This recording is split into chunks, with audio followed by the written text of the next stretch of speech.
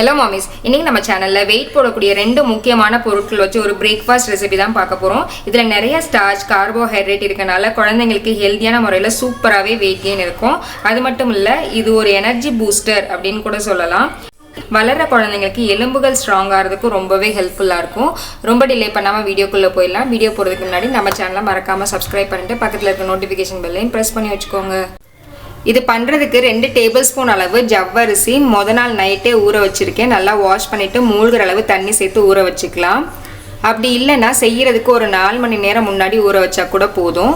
ஜவ்வரிசியில் நிறைய starch, carbohydrate இருக்கனால வயிறு நல்லா ஃபில்லிங்காக இருக்கும். நல்லா சூப்பராக வெயிட் போடும், ஹெல்த்தியாக நல்லா எனர்ஜி தரக்கூடியது. குழந்தைங்களை நாள் ஃபுல்லாக நல்லா ஆக்டிவாக வச்சுக்கும். அவங்களோட போன் டெவலப்மெண்ட்டுக்கும் ரொம்பவே ஹெல்ப்ஃபுல்லாக இருக்கும். இதோட அவிச்ச பொட்டேட்டோ சேர்த்துக்கலாம். நல்லா துருவிட்டு எடுத்து வச்சுருக்கேன்.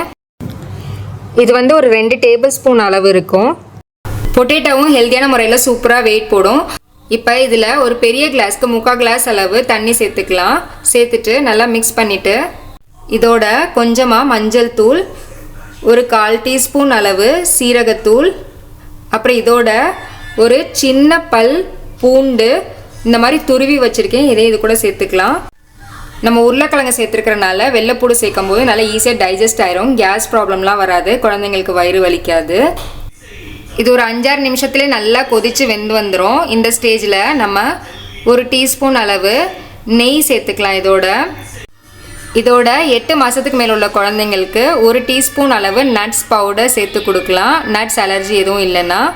நட்ஸ் பவுடர் ரெசிபி நம்ம சேனலில் இருக்குது. நான் லிங்க் ஐ பட்டனில் டிஸ்கிரிப்ஷனில் தரேன், செக் பண்ணிக்கோங்க. நட்ஸ் பவுடர், நெய்லாம் சேர்த்து கொடுக்கும்போது குழந்தைங்களுக்கு வெயிட் கெயின் பற்றி சொல்லவே வேணாம். சூப்பராக ஹெல்த்தியாக வெயிட் கெயின் இருக்கும். இந்த ரெசிபி 7 மாதத்துக்கு மேலே உள்ள குழந்தைங்களுக்கு தாராளமாக கொடுத்துக்கலாம். நம்ம ஜவ்வரிசி, பொட்டேட்டோ எல்லாம் தனித்தனியாக கொடுத்து பழக்கப்படுத்தினதுக்கப்புறம் கம்பைண்டாக நம்ம கஞ்சி மாதிரி அழகாக காலையில் பிரேக்ஃபாஸ்ட்டுக்கோ இல்லை ஈவினிங் டைம் ஸ்நாக்ஸ்க்கோ பண்ணி கொடுத்துக்கலாம். இது வெந்ததுக்கப்புறம் ஜவ்வரிசி நல்லா டிரான்ஸ்பேரண்ட்டாக இருக்கும். ரொம்ப கெட்டியாக இருக்கணும் அப்படின்னு அவசியம் இல்லை. ஏன்னா அடுப்பை அமர்த்தினதுக்கப்புறம் அது கொஞ்சம் நேரத்தில் இன்னும் நல்லா கெட்டியாகும் போக போக.